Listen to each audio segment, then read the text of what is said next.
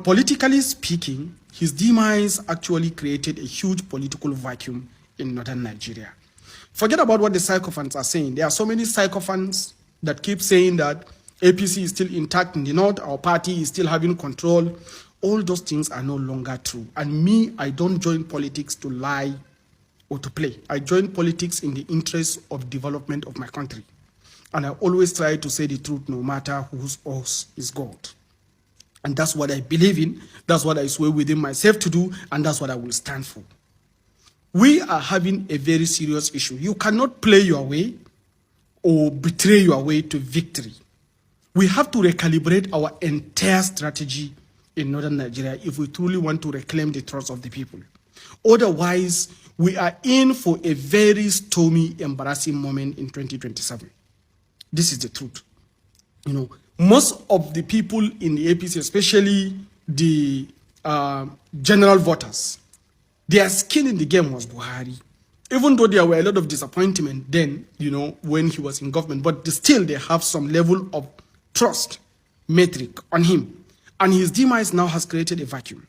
And this vacuum needs to be re-engineered to still stay within the APC fold, if we truly want to tell ourselves the truth. Because I know that there are some majority of the members that are within the government that are arrogant, that don't want to listen to the truth.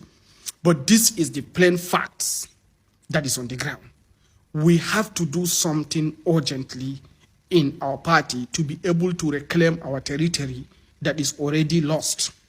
But if we still keep lying to ourselves, keep carrying psychophancy, and keep saying that we will play our way, or betray our way, or maneuver our way to victory, we are just lying to ourselves. Let's just talk the fact. We are just lying to ourselves. The structure, the politics is no longer looking like it used to be. And we have to do something about it. And that is why I said, let me make this statement so that we should be aware that after the burial of the last president, the former president of Nigeria, there is need for us to recalibrate our strategies in northern Nigeria if we want to win the 2027 election. Otherwise, we keep playing, we keep doing our games, and at the end of the day, we will face a very devastating embarrassment such that we have never seen in the history of Nigerian politics. I know what I'm saying, I know what I'm feeling, I know the people I've been talking to.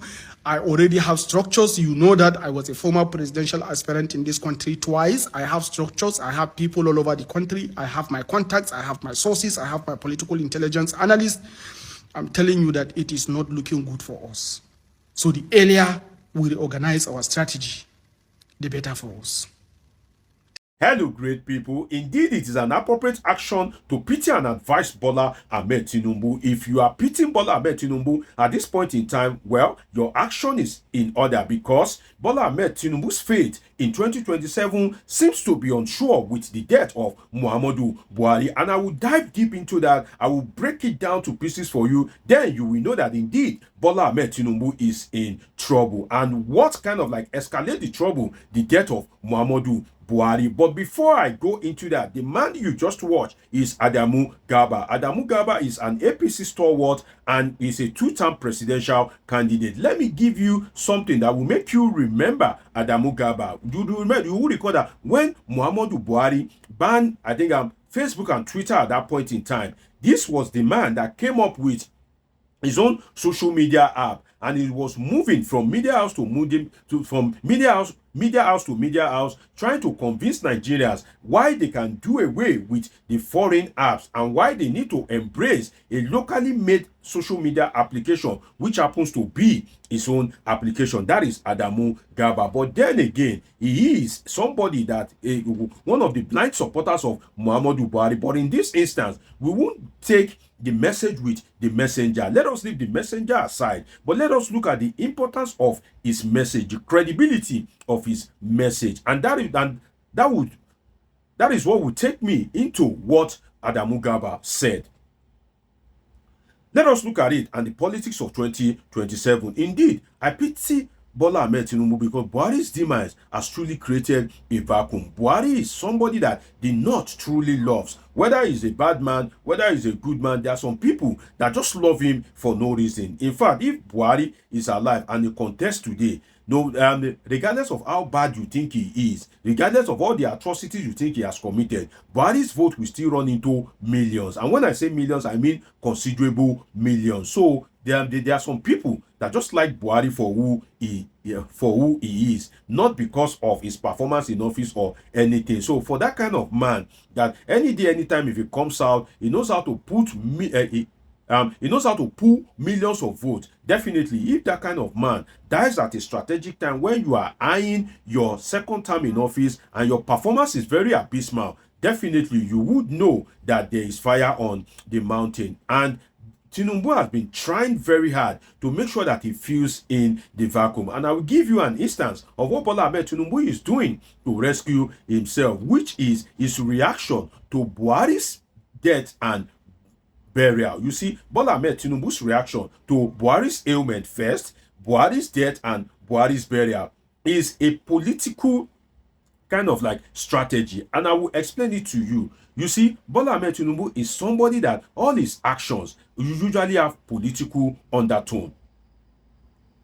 Majority of Bola Ahmed Tinubu's action have political undertone, and is a politician that is very, very calculative. And if you look at it, Bola Ahmed Tinubu has no choice than to appear to be on the side of the Buhari family, to be kind of like going all out for the Muhammadu Buhari family, because he knows that the North is passionate about Muhammadu Buhari. And that is why when Buhari was sick, he delegated the vice president of Nigeria, and the vice president of Nigeria was in the United Kingdom. He was there, almost in perpetuity, because he has to be there on the order of his boss. So when Muhammadu Buhari died, the vice president was still there. He visited him. I think when Muhammadu Buhari was sick, his stay was short in the United Kingdom. But when Muhammadu Buhari died, definitely the vice president spent kind of like days in the United Kingdom. And when the corpse was brought back, Tinubu ordered Kashim Shettima to still remain in Daura for some days. So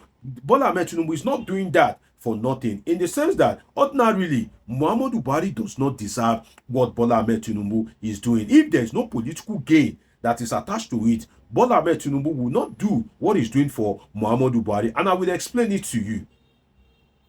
You see, Bola Ahmed Tinubu believes that Muhammadu Buhari owes him reciprocity and a debt of gratitude. He believes that he is the man that made Buhari to be president. You remember that speech, Emilokon, it is my turn. So Bola Ahmed Tinubu have this entitlement mentality that, oh, he is one of the people that made Buhari president. Truly, indeed, his impact was substantial. But then again, Tinubu believes that, well, Buhari too should be able to pay him back in his own coin. But what did Buhari do?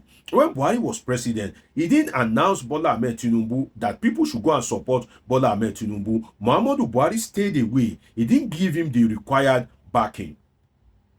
And afterward, after Tinubu emerged, Muhammadu Buhari came up with some anti-masses policies at a strategic time. You remember the Naira redesign policy. Again, I will ask you, which government will bring up such an anti-masses policy at a time whereby they are going for an election? So you can see that Muhammadu Buhari did not kind of like wet the ground for Bola Ahmed Tinubu to emerge president. It was mainly based on Tinubu's political sagacity and his ability to bring about political abracadabra that made him to emerge as president. Left for Muhammadu Buhari, he doesn't care. Now, to now make matters worse, when Tinubu became president, definitely he has no means of ruling, because there was no money, there was nothing in place. And that's why Tinubu had to come up with those anti-masses policies, which I am strongly against. Because if you say that welfare subsidy is a scam, the big question that I've been asking the Tinubu boys is, okay, where are the scammers? Can't you go after the scammers and leave Nigerians to be benefiting the fuel subsidy? Why do you choose to remove this fuel subsidy and the scammers are not even being punished? Even if you have removed the subsidy, but the scammers are having their day in prison or in court, then I will still be kind of like happy that you are on the right track. But for you to pass the burden to the Nigerian masses while the scammers are enjoying the process of the scam, that leaves much to be desired. So if you look at it ordinarily from the surface, Buhari does not deserve the kind of like affection that Bola Ahmed Tinubu is showing. But Bola Ahmed Tinubu, being a well politically calculative guy, he decided to go that route just so that he can win the support of the North. But will he win it? Well, the answer is more of maybe not than maybe. And the problem is Bola Ahmed Tinubu's predicament is worsened by non-performance. Bola Ahmed Tinubu's predicament is worsened by non-performance. If you look at it, let us be sincere with ourselves. Bola Ahmed Tinubu, on many fronts, his government is a failure. People that thought that, oh, Bola Ahmed Tinubu is a good guy, he will perform, he will do things right. People that rate him high or people that overhype him, most of them are living in disappointment. And if you want to know the truth, just visit any random person or talk to any random person about the performance of the government. Even Yoruba people, not the political elite Yoruba people, the ordinary Yoruba man on the street or any Nigerian, they will tell you how big a disappointment the government of Tinubu is. So if you are not a performing government, and at the end of the day, the people that can help you to accrue million votes are now dead, definitely you are playing with your second term. And let us look at something. Muhammadu Buhari is dead, which means that he can no longer be blackmailed with reciprocity demands. As it happened in 2023, where Bola Ahmed Tinubu said a million come. Now, Buhari is dead, so you cannot blackmail him with reciprocity demands. You cannot say, oh, I help you, you to come and help me. I campaign for you, you to come and campaign for me. Muhammadu Buhari is long gone. And that makes Bola Ahmed Tinubu politically vulnerable, because the man that is most admired in the north is Muhammadu Buhari and not really Bola Ahmed Tinubu. But if Buhari is alive, definitely is being alive would have been helpful to Bola Ahmed Tinubu in 2027 to win. What does Bola Ahmed Tinubu needs to do? He needs to be pro-people. He needs to be on the side of the people. There's still time for him to show that he loves and cares for the people, and to show that he can truly perform as a president and as a government in the interest of the Nigerian people. And what does he need to do? He needs to stop running a one-man show. When Muhammadu Buhari was his president, he kind of like gave the Tinubu boys opportunity. He appointed them as ministers. He put some of them in strategic position, the Rauf Aregbe Sholas, the Fasholas of this world, and the Sunday Dari, and different kind of people who happen to be the Tinubu boys were given opportunity. But now Bola Ahmed Tinubu is apparently running a one-man show, and that itself is kind of like triggering the anger of the Tinubu boys. So Tinubu needs to do two major things, which is to be pro-people and to stop running a one-man show. Be the father of both your own boys and the Buhari boys. Now that Buhari is late, adopt all of them as your political son. Don't run a one-man show. Run a two-man show as Buhari did in 2015 to 2023, whereby he appointed your boys to a strategic position. Politics is an all-inclusive sport, and I just hope that Bola Ahmed Tinubu will adjust right on time. It's been an interesting time with you. Subscribe, turn on your notification button, catch up with my past video. See you in my next video. I love you all sincerely.